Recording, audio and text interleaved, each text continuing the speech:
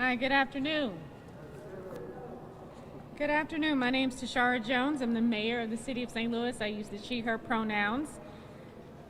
It's been over 450 days since the first COVID-19 case was reported in St. Louis City. Since then, we've lost over 500 St. Louisans to COVID-19, my uncle being one of them. And the disease has touched the lives of tens of thousands more. Yesterday, I joined regional leaders on the St. Louis Pandemic Task Force for our last COVID-19 briefing. It's true, we've made an incredible progress fighting this virus. Healthcare workers, other essential workers, and everyday people stepped up to protect each other in a way that only they can. Now, we can see a light at the end of the tunnel of this pandemic. I hear many people talking about returning to normal, but do we really want to get back to normal? For most St. Louisans, normal never worked. COVID-19 exposed the deep fault lines that divide this city, along race, along income, across the Delmar Divide. We knew these problems existed before, but COVID-19 highlighted how unsustainable the status quo truly is in this city. St. Louis cannot and must not return to the same old, same old. Nobody has time for that. The outdated policies of the past are what got us here in the first place. People say that COVID-19 is over, but from where I stand, I still see a city in crisis, still in recovery for more than a year of shock, loss, and fear. It's up to us to help each other to heal. I firmly believe that St. Louis should be a place where anyone can succeed, regardless of your skin color, who you love, how you worship, or any identity you hold. I think most of us share these values, but we aren't currently living up to them. St. Louis is at a crossroads, and the people elected me to forge a new bold path for our city. The $80 million direct relief package I am outlining today is a major break from the past, investing directly into communities and reimagining what public safety looks like in our city. This proposal stabilizes and protects our neighborhoods, which are still suffering from the COVID-19 pandemic. Most pressing is getting more shots in arms. Let me repeat that. Most pressing is getting more shots in arms. Mobile vaccine clinics, community canvases, and educational outreach will help bring up St. Louis's vaccination rate. Our collaboration with FEMA at the Dome vaccinated more than 44,000 people, but it's clear now that we need to meet residents where they are, to educate and organize so we can lift our vaccination rate from 37%. Since May, 80% of new COVID cases in St. Louis have been in predominantly Black communities. We must move quickly to protect everyone in our city and prevent more people from getting sick in order to keep the positivity rates low. Direct relief is needed to help get people back on their feet and put our neighborhoods back on a path towards truly equitable growth. We've seen an overwhelming and urgent need as our communities still grapple with the economic fallout of the pandemic. As the eviction crisis looms over our city, we want to keep families in their homes and the lights on with more than $15 million in housing and utility assistance. Just this afternoon on St. Louis on the Air, housing advocates predicted a massive wave of eviction, especially in communities of color and women-led households.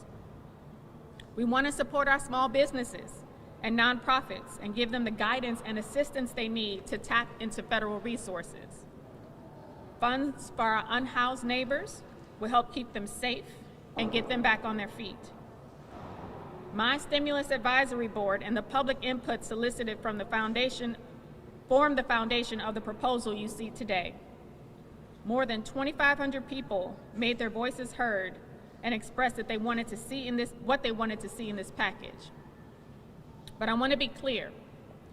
I've made some revisions to reflect key priorities and vision for the city. I speak often about reimagining public safety, a policy that uses all tools in the toolbox, in the prevention toolbox, and this proposal sets us on that path.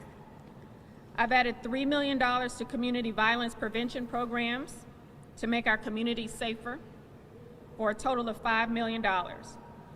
I've also added another $1 million for youth jobs and programming to help keep our babies safe, most critically this summer and then through the rest of the year, also for a total of $5 million. Poverty, housing, instability, lack of access to mental health services, scarce jobs, and opportunities for our youth, disinvestment, and the like. These are the real root causes of crime plaguing our city. This plan uses every tool available in our toolbox to address them. And above all else, this is a plan to deliver urgent economic relief to the families who need it. This is a plan to get more vaccines in the arms of our loved ones. And most importantly, this is a public safety plan. And this funding is just the beginning. President Joe Biden's American Rescue Plan is sending more than $500 million to our city in the coming years. Even with today's $80 million proposal, St. Louis still has over $170 million left in our piggy banks. When we use these dollars in the long term to right the historic wrongs that have held St. Louis back and prevented us from thriving. But in the immediate future, our plan today addresses the most pressing economic issues facing our communities, while laying the groundwork for more federal investment down the line. The people of St. Louis need direct relief now and deserve a fair and just recovery. The State of Missouri CARES Act deadline is July 1st. This means the Board of Aldermen, if the Board of Aldermen does not approve this additional funding by July 1st, critical COVID-19 services like rental assistance through the United Way and the Urban League will shut down. People will fall through the holes in our social safety net for absolutely no reason beyond a desire to score political points. So I say this, let's work together to keep people in their homes. Let's keep our small businesses open and get more vaccines in arms. Let's start funding the programs we need now to make our neighborhoods safer this summer. Let's try bold, new solutions to fix the same old problems we've been talking about for decades with little to show for it. I'm ready to work with the Board of Aldermen to get my proposal passed, and I'm confident that this is the best way to get St. Louis families the support they need while making our city safer for everyone, no matter where you live, no matter what zip code you live in, and what identity you hold. And with that, I'm pleased to introduce Sandy Moore, co-chair of the Stimulus Advisory Board, to walk through why these investments are so important to our communities. Sandy? Thank you, Mayor.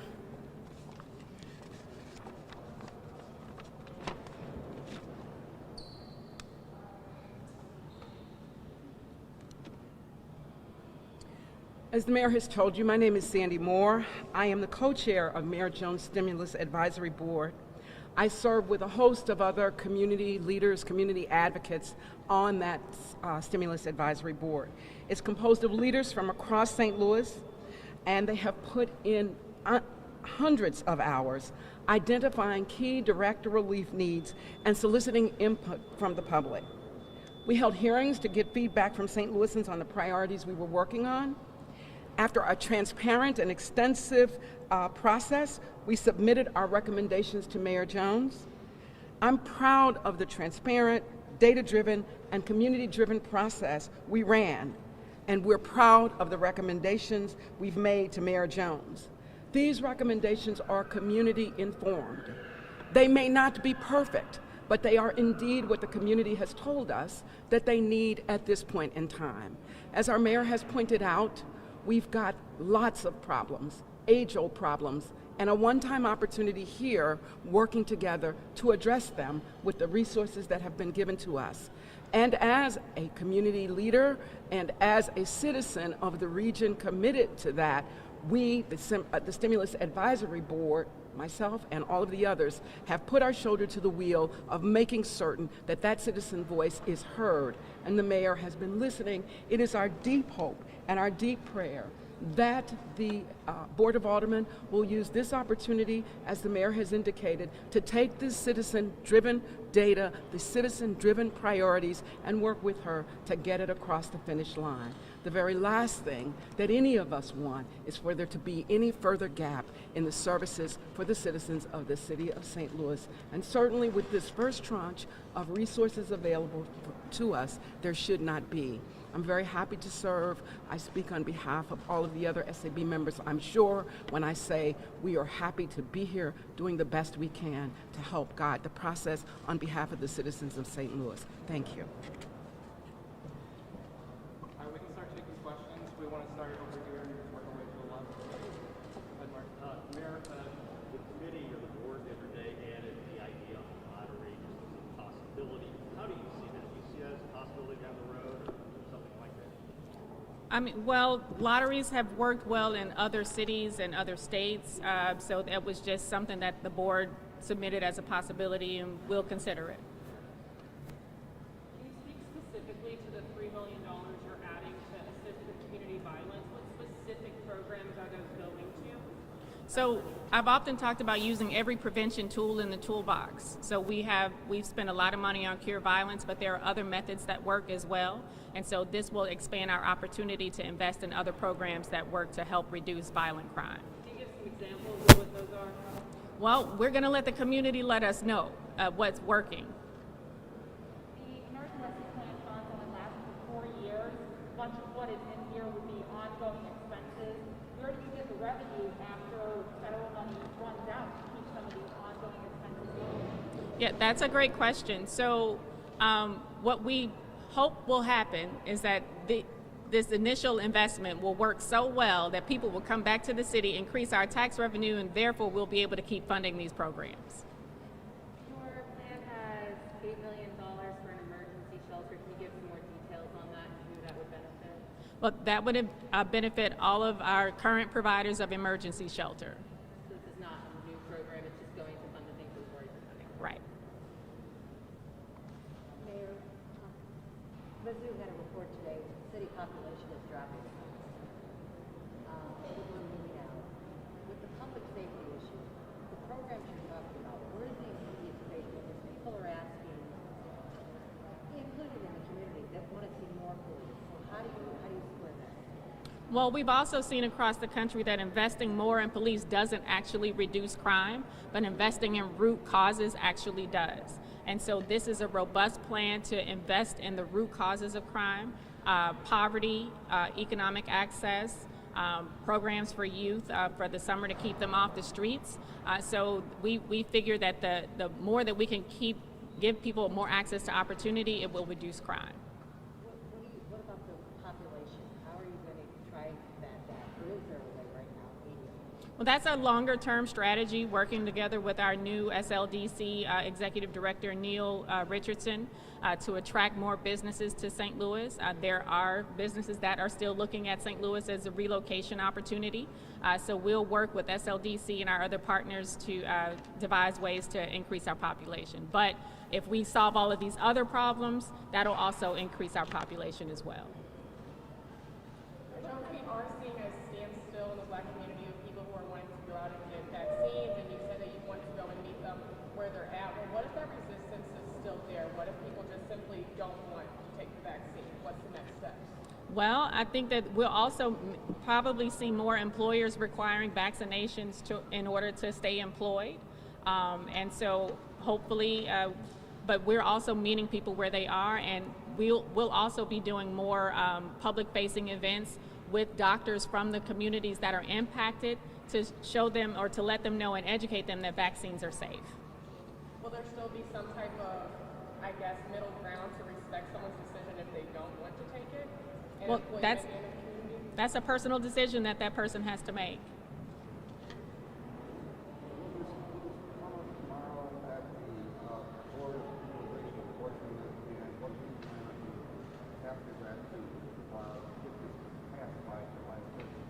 I'm sorry, I didn't hear the first part. Come up tomorrow at the Board of Equalization Enforcement.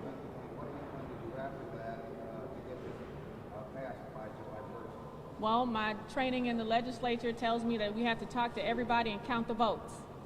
So I will continue reaching out to aldermen to get their support on Board Bill 2. And I've already been in contact with the other members of the Board of E&A. How are those conversations going? Obviously, this is not just your recommendation. You've got to go through, you've got to count those votes. How are those talks going? Can you get this done in a timely fashion with all the moving pieces that exist? Well, of the aldermen that I have spoken to, the conversations have gone well, and I've also started to ask them what are their priorities for the next round of funding that we'll have to determine, because I want to make sure that they are a part of this process. I've also talked to all of the citywide elected officials as well. They are a part of this city. Being a former county elected official, we have to respect that. So I've also talked to them about their wish list as well. What are some of the things that those aldermen are asking for you in the next round? They haven't expressed that, but I just told them to put together their lists. Sarah, you mentioned it, or you didn't mention it, but I looked at the guidebook quickly, and you have a line in there for targeted cash assistance. Yes. Should we assume it's as described in the earlier pandemic advisory board explanations? It was $350 to $500. Is that what you're looking at? Yes, that's what we're looking at. Okay, and it's aimed at people who are cut off the expanded unemployment benefits primarily? The parameters in which we'll distribute that are still being put together, so, stay tuned on that. I mean, should I report that it's aimed at those people that were on unemployment? No, you shouldn't report that. Yeah. For your policing initiatives, you mentioned working from the ground up, building up those community programs for young kids. What specifically are you looking to add with the $1 million that you're adding to that with those individual communities and neighborhoods that really those kids need the most help?